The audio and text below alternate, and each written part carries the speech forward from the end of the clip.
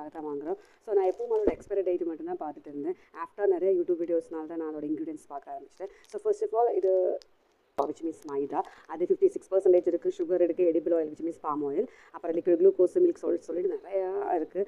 அதெல்லாம் தாண்டி இந்த 100 கிராமில் energy 447 calorie, protein, carbohydrate, sugar which means total சுகர்னு சொல்லிட்டு 27 கிராம் இருக்குது. அண்ட் ஆடட் சுகர்னு சொல்லிட்டு எகெயின் 26.6 கிராம் இருக்குது. இது ரெண்டும் ஒன்றா இல்லை எக்ஸ்ட்ரா சுகர் அது மறுபடியும் ஆட் பண்ணுறாங்களான்னு எனக்கு தெரியல.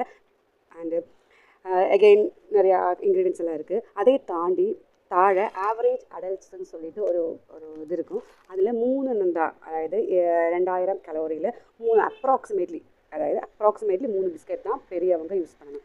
ஸோ குழந்தைங்க எவ்வளோ யூஸ் பண்ணணும், அதை தாண்டி தானே யூஸ் பண்ணணும். ஸோ இது மெயினாக குழந்தைகளுக்கு இல்லை, ஆனால் ஆடில் பூரா குழந்தைகளை தான் அவங்க அட்டாக் பண்ணுவாங்க. ஸோ சட்டனாக குறைக்க முடியாது, ஆனால் குறைச்சா அவங்களோட ஹெல்த் நல்லா இருக்குன்னு நினைக்கிறேன்.